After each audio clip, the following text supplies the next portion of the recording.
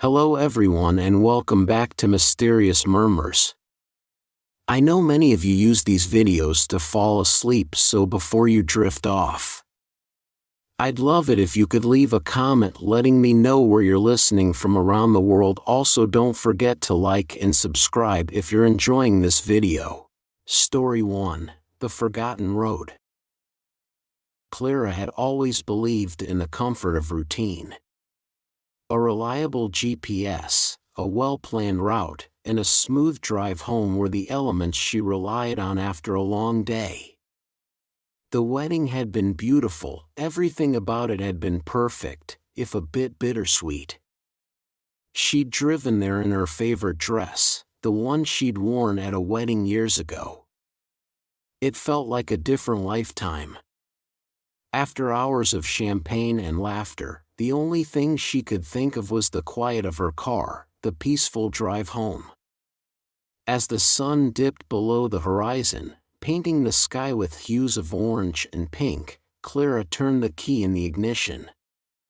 The car hummed to life, and she began her journey back to the small town she called home. It wasn't long before she noticed the first oddity: her GPS, which usually mapped every turn with precision, was acting strangely. It kept rerouting her, changing directions rapidly. Her heart skipped a beat, but she figured it was just a glitch. She hadn't driven this route in years, and maybe the system was outdated. A few clicks on her phone, and she'd get back on track. But when she glanced at the screen again, she was startled to find that there was a new road on her map, one she didn't recognize. It wasn't a detour, nor was it a side street. It was just there. A thin gray line leading off her regular route and disappearing into the dark trees. The name of the road was Old Hollow Lane. Frowning, Clara tried to ignore the unease bubbling up in her chest. Maybe it was just a shortcut. She decided to take it. The road looked peaceful, almost inviting, with a few scattered streetlights along its edges. The trees on either side formed a thick canopy, casting shadows over the asphalt. There was something oddly comforting about the quiet, as if it were a secluded escape from the world she'd just left behind. The loop begins. The further Clara drove down the narrow, winding road, the more disoriented she became. The GPS blinked with an error message before cutting off completely, leaving her with no direction but her instincts. She couldn't shake the feeling that the road was familiar, like she had driven it before, but that couldn't be true. She was sure she had never been here. After a while, the road grew darker, and the houses she'd passed earlier disappeared. She had no idea how far she'd gone, but the emptiness began to gnaw at her. The first hitchhiker appeared on the side of the road, illuminated by the dim glow of her headlights. He was an older man, perhaps in his 70s, wearing an old army jacket and a flat cap. His hands were shaking slightly as he held out his thumb, and his face was gaunt, marked by years of sorrow. Clara slowed the car, uncertain. He didn't seem dangerous, but the desolate road gave her pause. Was there a town nearby? Or was she really as far off the beaten path as it seemed? She rolled down the window just enough to speak. "Where are you headed?" she asked, keeping her tone polite but guarded. The old man's voice came out in a cracked whisper. "Just to the cemetery, dear. Been waiting for someone for a long time." Clara hesitated, a chill creeping down her spine. "Cemetery? Which one?" He smiled, though it wasn't a pleasant sight.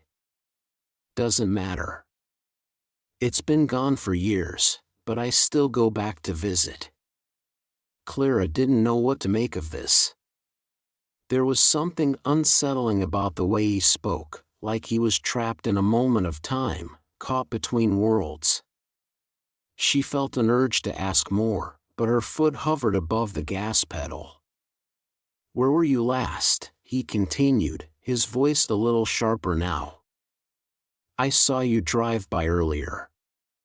"That was before I found my way to the road again." "You were heading somewhere else, weren't you?" Clara's heart skipped. She hadn't seen him before. Had she? She quickly looked away, locking eyes with the dark road ahead. "Sorry, I think I've got to keep moving," she muttered, slowly driving away. The old man's figure faded into the darkness of the trees, but something about him lingered in the air.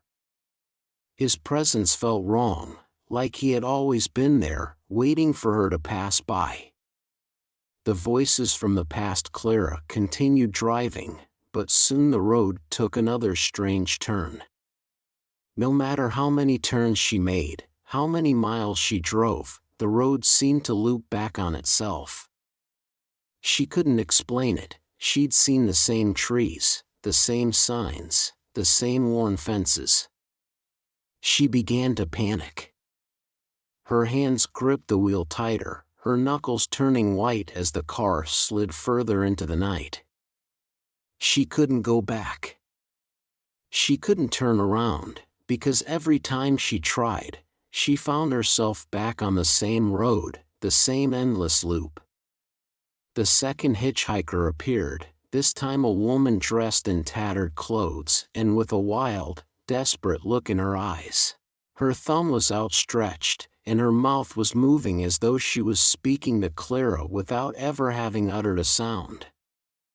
Clara's heart raced.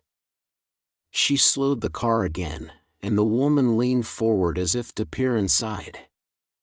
Her face was gaunt, her hair wild, but it was her eyes that made Clara's stomach twist. "You've been here before," the woman whispered, her lips barely moving. "You were always going to be here. You just didn't know." Clara's blood ran cold. "What do you mean?" she whispered back, her voice barely audible. "You've forgotten."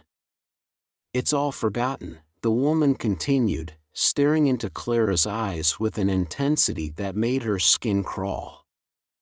"You'll remember. When the others come, you'll remember everything." Clara's breath caught in her throat. She wasn't sure what to do, but the woman's gaze held her captive. The air inside the car seemed to grow heavier, more oppressive. Before Clara could speak again, the woman faded into the night, vanishing like a mirage in the dark. A familiar face. The night grew colder as Clara drove on. The voices of the hitchhikers, their cryptic messages, swirled in her mind, repeating endlessly. Who were they? Why did they speak as if they knew her? As if they had known her life in a way that made her question everything she thought she knew. Finally, at the edge of her sanity, Clara saw the third hitchhiker. This one wasn't an old man or a disheveled woman. No, this one was different. It was a young man, about her age. His face looked strangely familiar, though she couldn't quite place it. His hair was dark and messy, and his eyes were wide, pleading. "Clara," he said softly as she stopped the car. "You've been here for so long. Why won't you listen to me?" Her heart stopped. The man's voice was unmistakable. "Jake?" The name slipped from her lips before she could stop herself. Jake had been her college boyfriend. He had disappeared suddenly, just gone without a trace. She'd been devastated, but eventually, life moved on. But here, on this road, in the dark, was Jake. "How?" she whispered, shaking her head. Jake smiled faintly, but it wasn't a smile she remembered. "You were never meant to leave," he said. This road doesn't let anyone go. It takes what it wants, and it keeps what it takes. A chill spread through Clara's chest, and her hands began to shake uncontrollably. The road twisted again, pulling her forward into an endless cycle of confusion. She couldn't remember how long she'd been driving, how many times she'd seen this stretch of road. But then she saw it, herself. There she was, standing by the roadside, her thumb outstretched.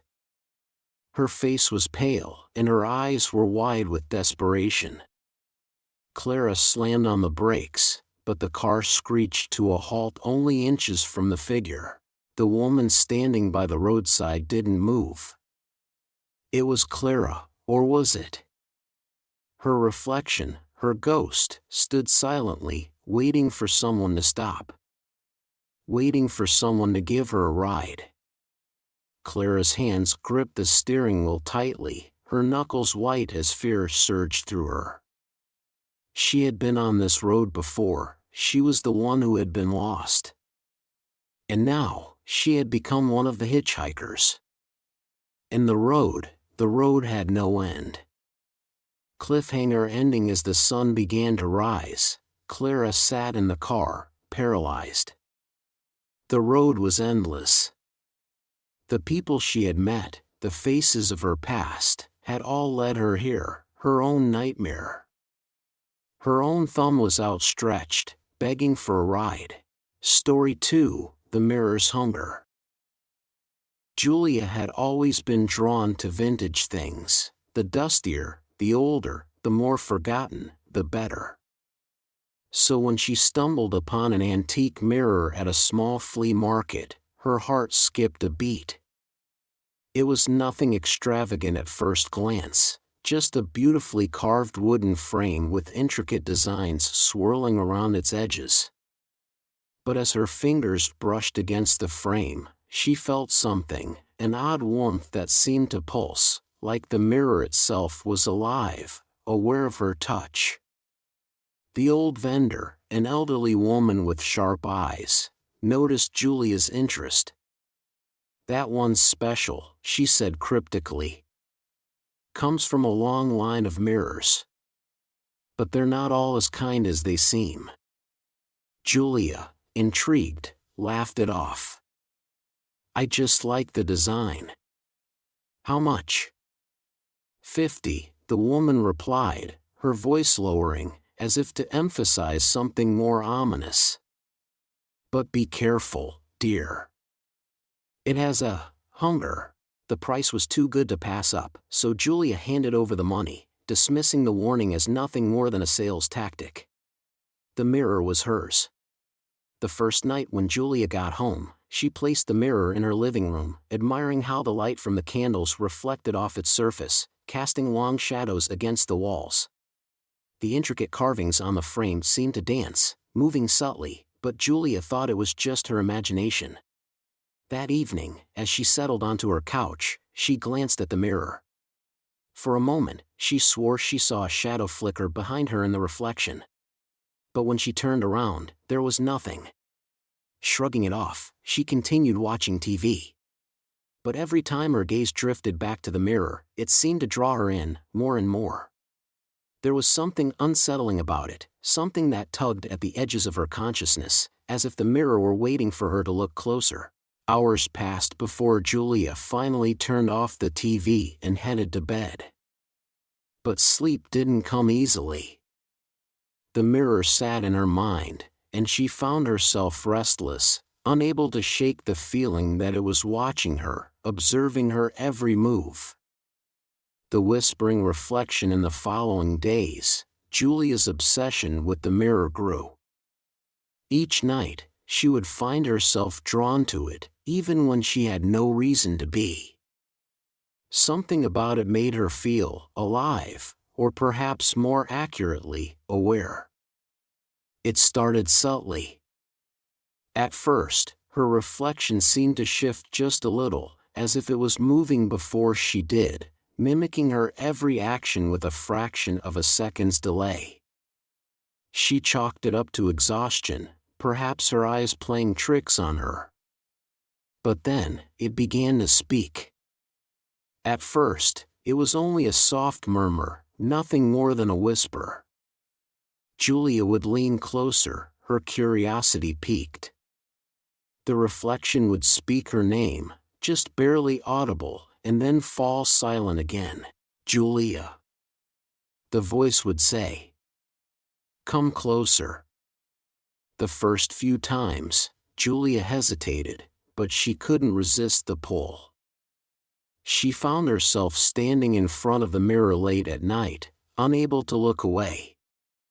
The whispers became clearer with each passing night.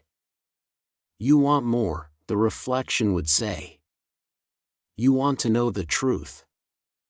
What you've been hiding from yourself." Julia was terrified, but she was also fascinated. The reflection seemed to know things about her, things that no one else could possibly know. It spoke of her unspoken desires, of secrets buried so deep within her mind that even she had forgotten them. She would stand there, rooted to the spot, listening as the reflection whispered these truths, each revelation stripping her of her sense of control, of security. The reflection seemed to grow stronger each time, feeding off her curiosity, her unease. It knew her better than she knew herself. It knew her every fear, her every longing, and it spoke them all aloud, until Julia could no longer distinguish where her own thoughts ended and where the reflections began. The descent as days turned into weeks, Julia found herself spending more and more time in front of the mirror.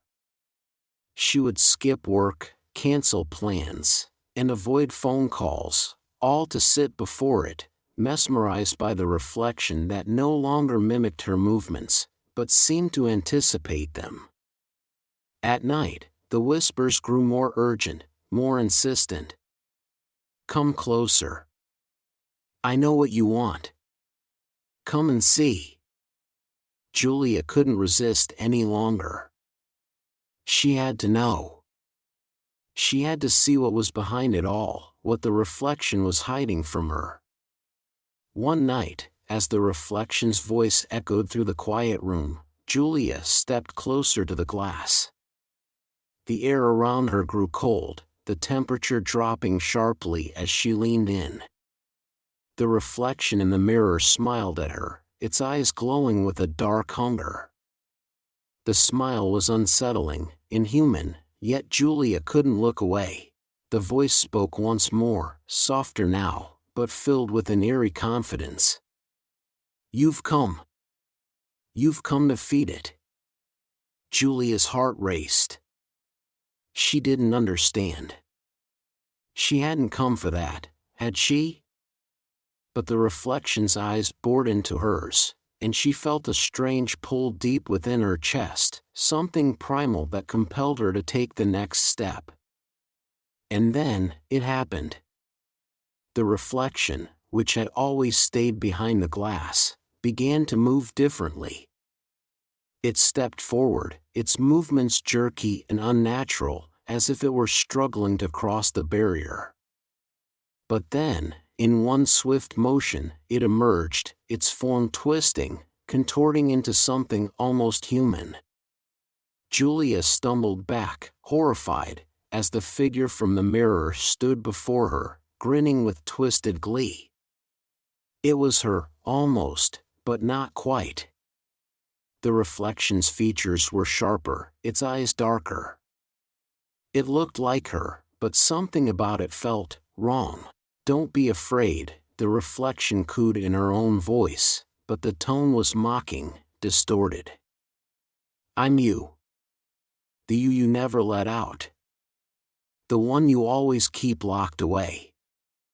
The final betrayal. Julia tried to scream, but no sound escaped her throat.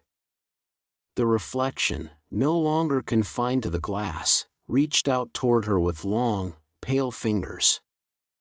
It touched her cheek, sending a cold shiver through her body. The room seemed to grow darker, the air thick with a strange, suffocating presence.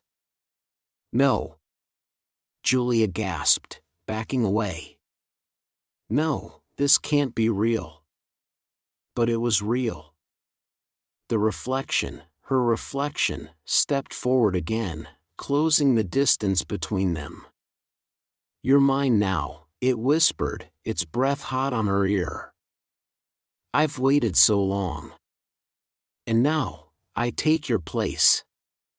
Julia's mind screamed in terror, but her body felt heavy, immobilized. She couldn't move. She couldn't fight. The reflection's grip tightened around her wrist, pulling her toward the mirror. Before she could react, the reflection shoved her into the glass. It was cold. So cold. The glass swallowed her, her body being pulled into the mirror like a thick liquid, until she was fully trapped inside.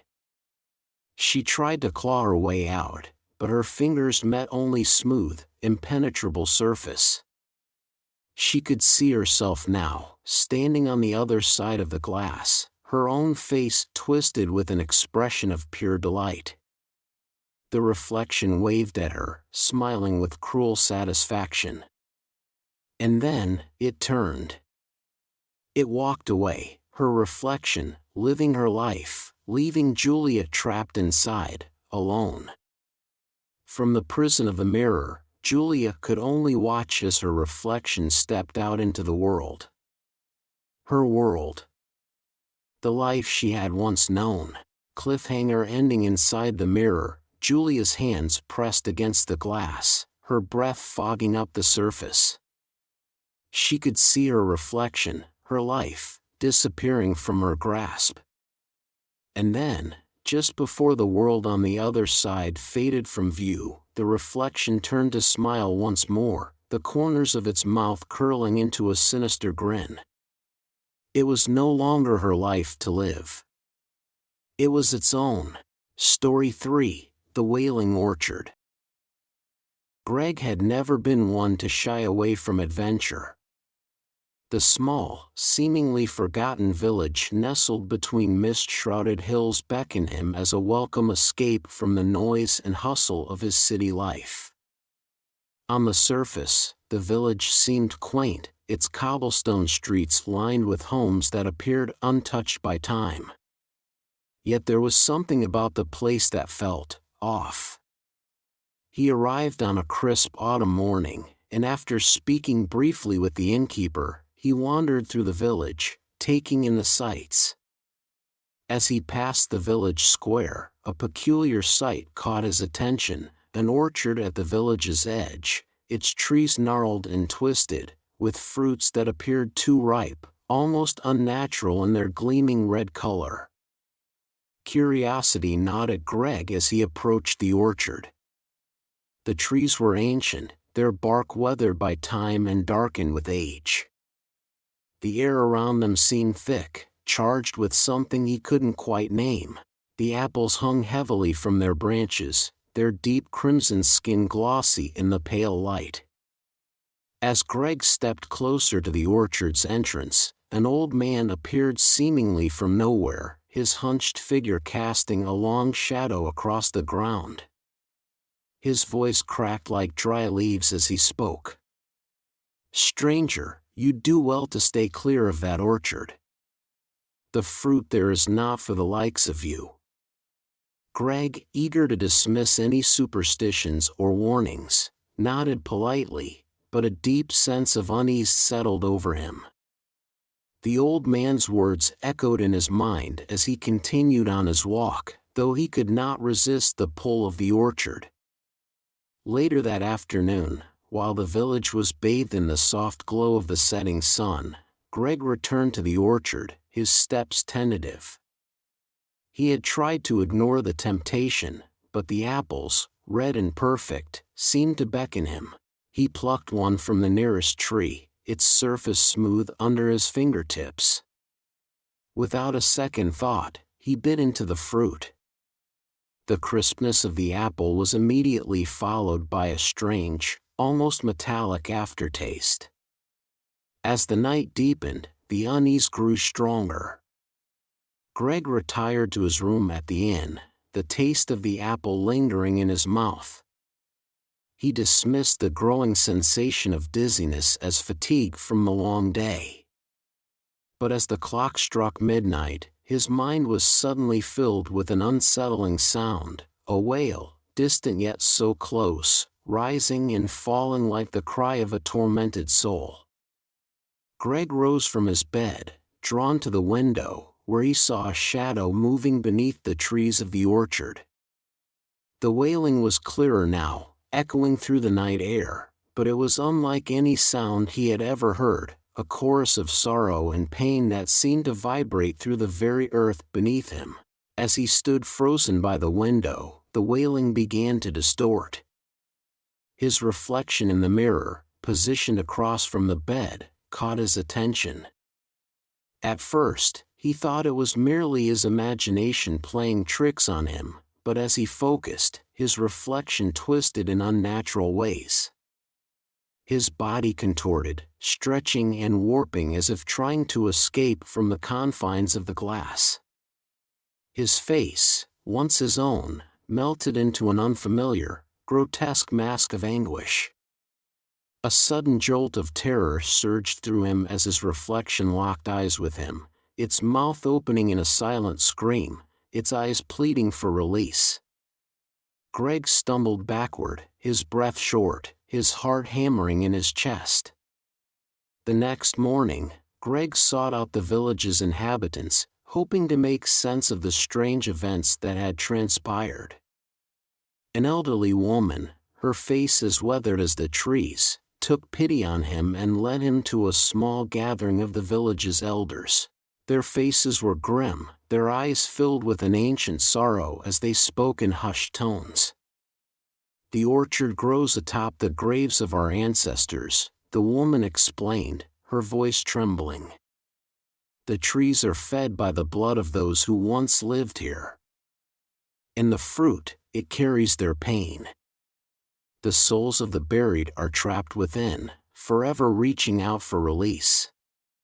When you ate the apple, you took in their agony."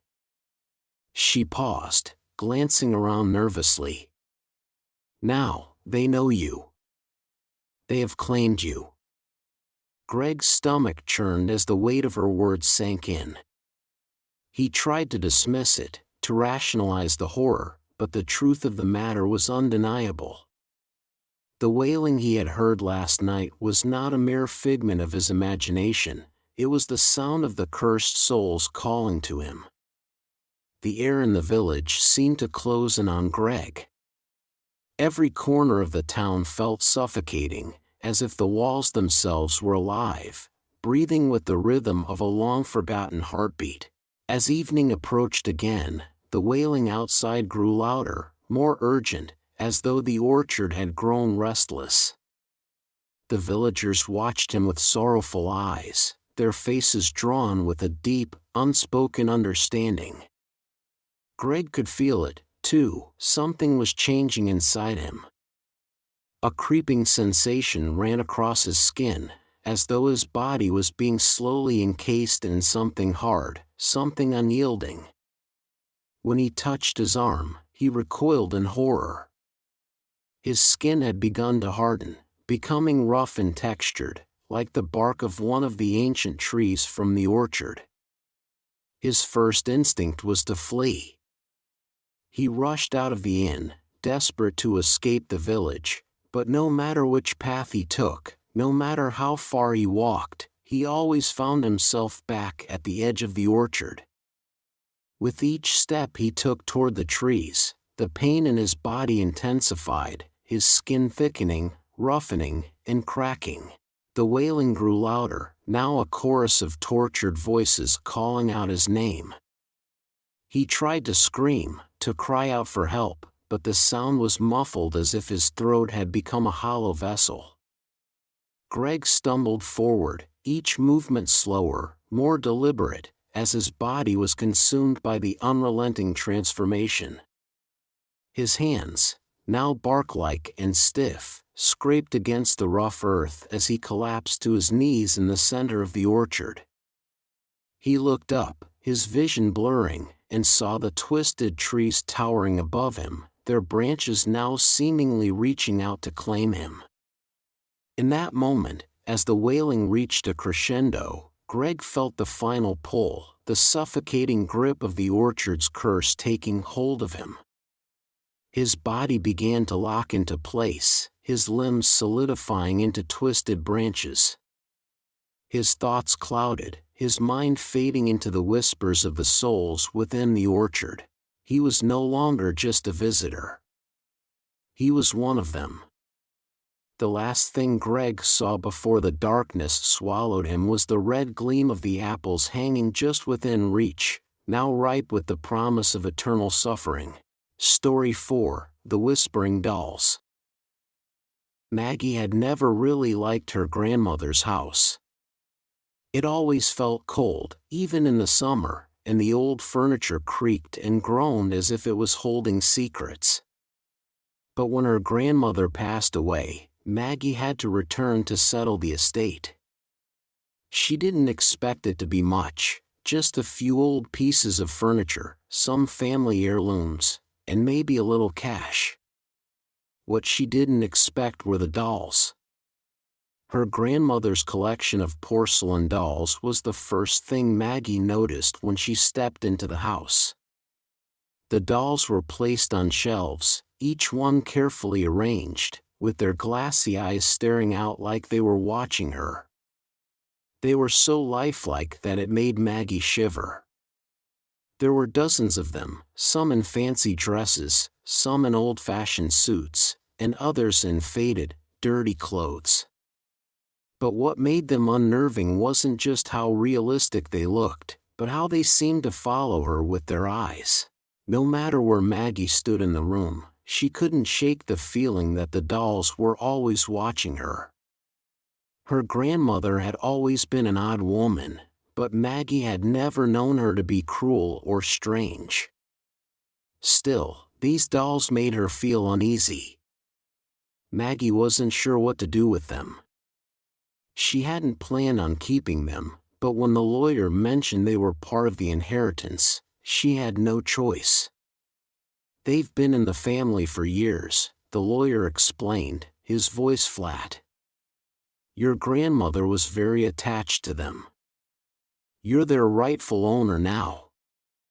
Maggie nodded, her mind racing. She could sell them, she thought. Or donate them. But something about the way the dolls seemed to glare at her made her hesitate. That night, after a long day of going through her grandmother's things, Maggie decided to go to bed early. She had already started to feel the weight of the doll's presence in every room of the house.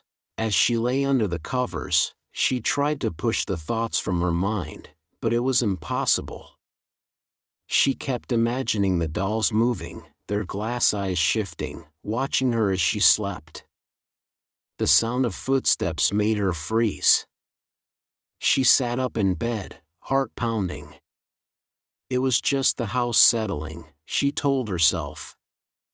The floorboards had always creaked like that. But then came another sound, a whisper, barely audible, but unmistakable. Maggie strained her ears, but there was nothing else. With a shiver, she pulled the covers tighter around her and tried to ignore the noise. She had to be imagining things. The house was old, full of creaks and groans. The dolls were just dolls. They couldn't hurt her. But as she closed her eyes, she couldn't shake the feeling that something, or someone, was watching her. The next morning, Maggie woke up to find one of the dolls moved. It was on the shelf near the window, where she was sure it hadn't been the night before.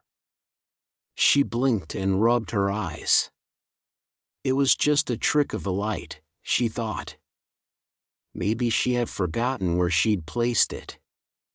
But when she walked closer, she saw that it was the doll dressed in an old-fashioned blue dress, its eyes fixed on her.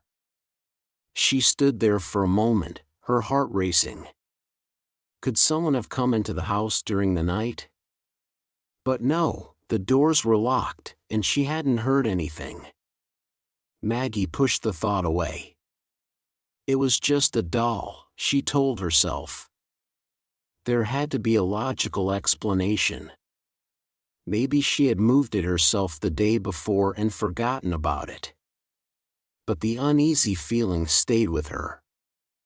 That evening, after dinner, Maggie decided to go through her grandmother's belongings in the attic. Maybe there would be some clues as to why her grandmother had kept the dolls. She wasn't ready to throw them away yet, but she needed to understand more about them. The attic was dusty and filled with old boxes. Maggie pulled one down and opened it, finding old family photographs, some letters, and a few pieces of furniture that had been stored away. As she sifted through the boxes, she came across a faded journal, her grandmother's journal. She opened the first page, and the writing was immediately familiar. It was her grandmother's handwriting. The first entry was dated years ago, when Maggie was just a little girl. It seemed harmless at first, a list of daily events and thoughts. But as Maggie flipped through the pages, she found something darker. In one entry, her grandmother wrote, "The dolls are watching. They know what I've done." Maggie froze. What could this mean? The entry didn't explain what her grandmother meant, but it sent a chill down Maggie's spine. She kept reading, desperate to understand. There were more entries like that, short notes that talked about the dolls moving on their own, whispering to each other, and sometimes even talking to her grandmother. But then the entries grew more disturbing. Her grandmother wrote that the dolls weren't just toys, they were spirits, trapped in porcelain bodies. She believed the dolls had a power, one that could help her with her own troubles, if she treated them right. But in the later entries, her grandmother's tone changed. She began to speak about the dolls with fear, as if she had come to regret using them. One entry read, "I think I've angered them. They won't leave me alone." Maggie felt her stomach turn. Her grandmother's words were starting to make sense now. These dolls weren't just creepy antiques, they were something far darker. And Maggie had inherited them. The days that followed were filled with odd occurrences. The dolls continued to move, slowly but surely, around the house. Maggie would leave a doll on one shelf, only to find it in a different room the next day. Sometimes, the dolls would even appear in places she was sure she hadn't left them. One night, Maggie woke up to the sound of whispers. They were soft at first, like a gentle hum. But as she listened, they became clearer, voices, talking in hushed tones. She sat up in bed, her heart racing. She couldn't make out the words, but there was something eerie about the sound. She got out of bed and made her way to the living room, where most of the dolls were kept. As she entered the room, the whispers stopped.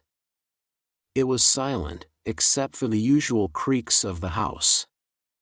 But then, Maggie noticed something. The dolls were different. They were all facing the same way, staring at the same spot, at her. Their glass eyes seemed to glow in the dim light. Maggie swallowed hard. She had to get rid of them. But she didn't know how. That night, Maggie spent hours online, trying to find out more about her grandmother's dolls. She searched for anything that could explain their strange behavior. And then, she found it, a forum post about haunted dolls. People from all over the world were sharing their stories about dolls that moved on their own, whispered at night, and seemed to possess an eerie life of their own. Maggie read every word, her heart pounding in her chest. According to the posts, some of these dolls were cursed, trapped spirits that couldn't rest. And they often followed the person who inherited them, becoming more active over time. Maggie's stomach turned. She didn't want to believe it, but everything she had experienced so far pointed to the dolls being something far more than just inanimate objects. They were connected to her grandmother's dark past. The next day, Maggie decided to confront the dolls. She gathered them in the living room and stared at them, willing them to stay still. But then, something terrifying happened. The dolls' eyes moved.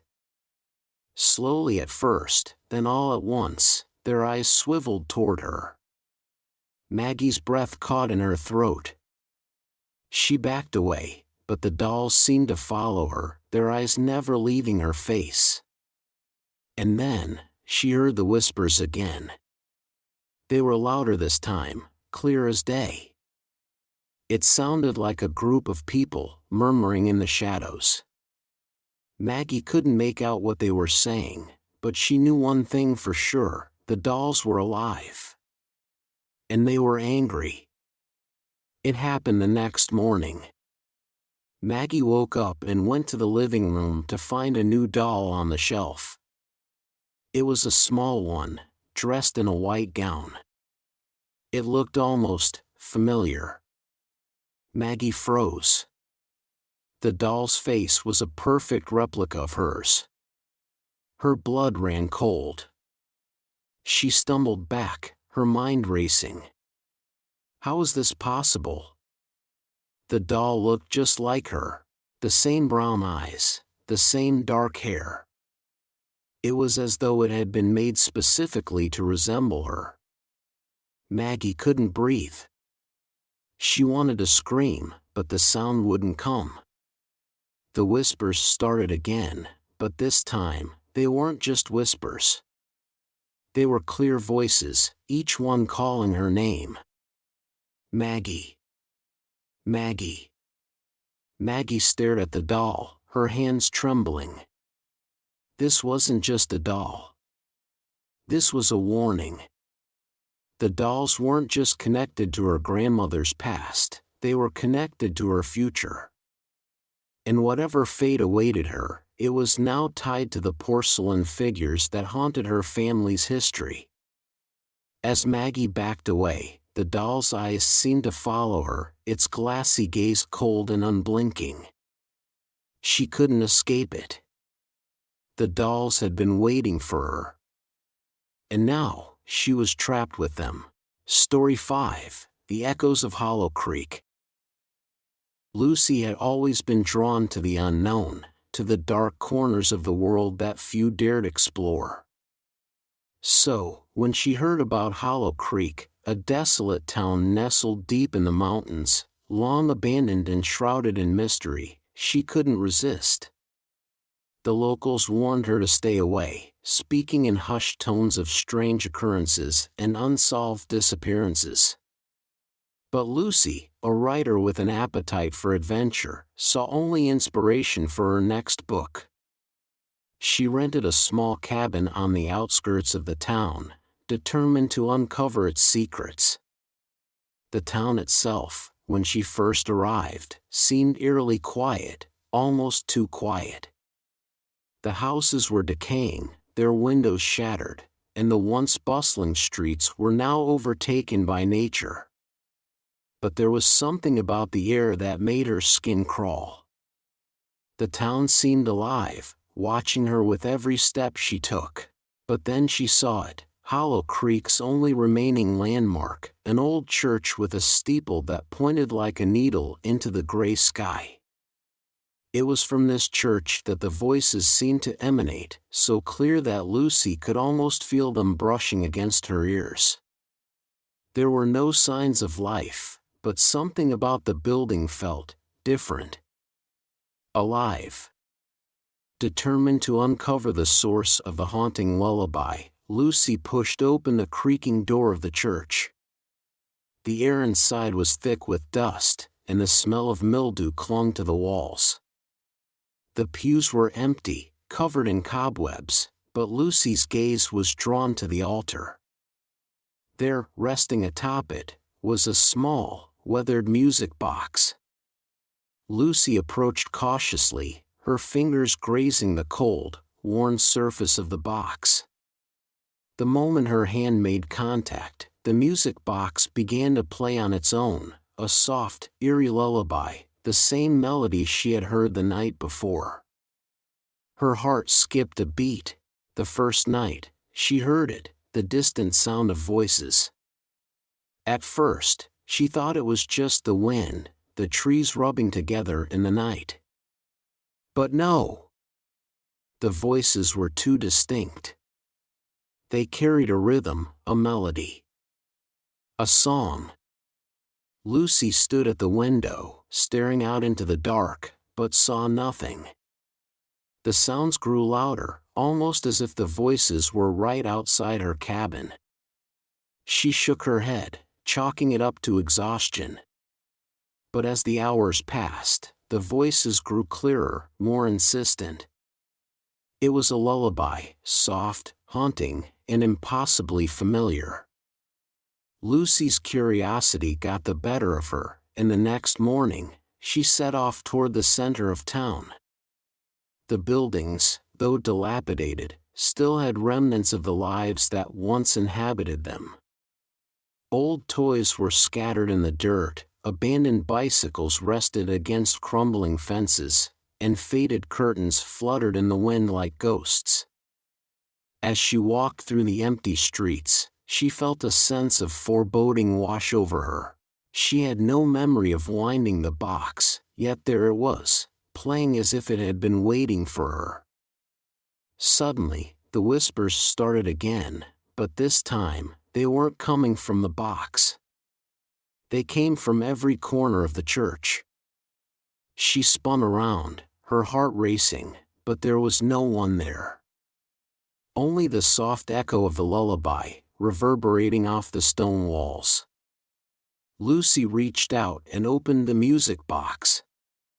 Inside, there was no mechanism, no gears or springs, only an old photograph. She lifted it out, her hands trembling. It was a picture of a young woman, no older than Lucy herself, standing in front of the same church, her eyes filled with an unsettling sadness. The woman's name was written on the back, Eliza Holloway. Over the next few days, Lucy became obsessed with the town's history, digging through old newspapers, records, and anything she could find.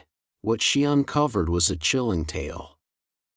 Hollow Creek had once been a thriving community, full of life, but everything changed one fateful night.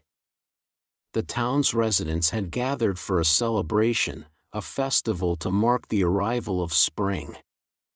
But something went horribly wrong. The music, which had once been the town's pride, suddenly became a source of terror. The choir, made up of children and adults alike, had been singing the very lullaby Lucy had heard. But something about their voices, something about the way the melody filled the air, became dark, twisted. Reports said that the choir's song seemed to drive the townspeople to madness. Some of them began to scream, others started tearing at their skin, and a few ran out into the woods, never to be seen again. The festival ended in disaster, with the town being left in ruins. The music box, it seemed, was somehow tied to the tragedy. It was passed down through generations, always ending up in the hands of someone who would hear the lullaby and be drawn back to the church. The legend went that Eliza Holloway, the woman in the photograph, had been the last to play the song, and she, too, had disappeared, her soul trapped within the melody. Lucy couldn't shake the feeling that the lullaby was calling her, just as it had called Eliza before her. She couldn't explain it, but the connection to the song, the music box, and the woman in the photograph felt too strong to ignore. She had to know more. One night, unable to resist any longer, Lucy returned to the church. The music box was playing again, its haunting melody filling the air like an invisible presence. She approached the altar, but this time, something was different. The air around her felt heavier, colder. The shadows in the corners of the church seemed to pulse, as if alive. As she reached out to touch the box again, the whispers intensified.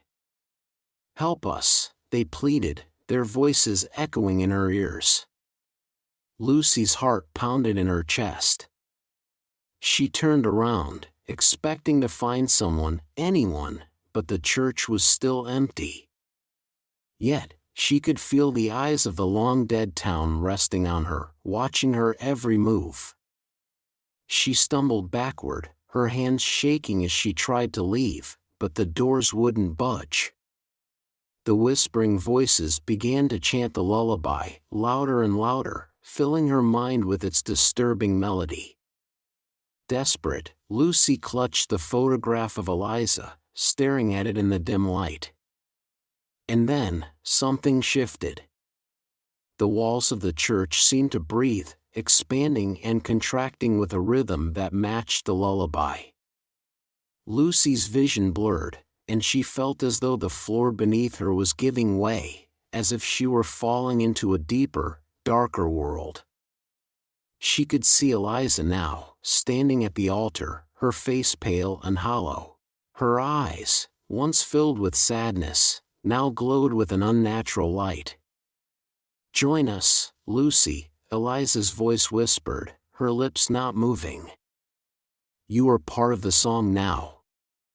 Lucy's heart raced as she felt the pull of the lullaby, the melody wrapping around her like a chain. She turned to flee, but the church twisted around her, warping the space, making it impossible to escape. The whispers became deafening, the sound of the lullaby filling her every thought. As she ran, she stumbled over the music box, and it opened on its own. The final note of the lullaby echoed through the church like a death knell, and Lucy collapsed to her knees. She reached for the photograph one last time, but it was gone. In its place was her own face, staring back at her with the same hollow expression that had once belonged to Eliza. The next morning, Hollow Creek was silent again. Lucy was gone, her cabin abandoned, her belongings left untouched. But in the center of the church, the music box sat open, its lid swinging slowly in the breeze. The haunting lullaby played on, echoing through the empty streets of the town.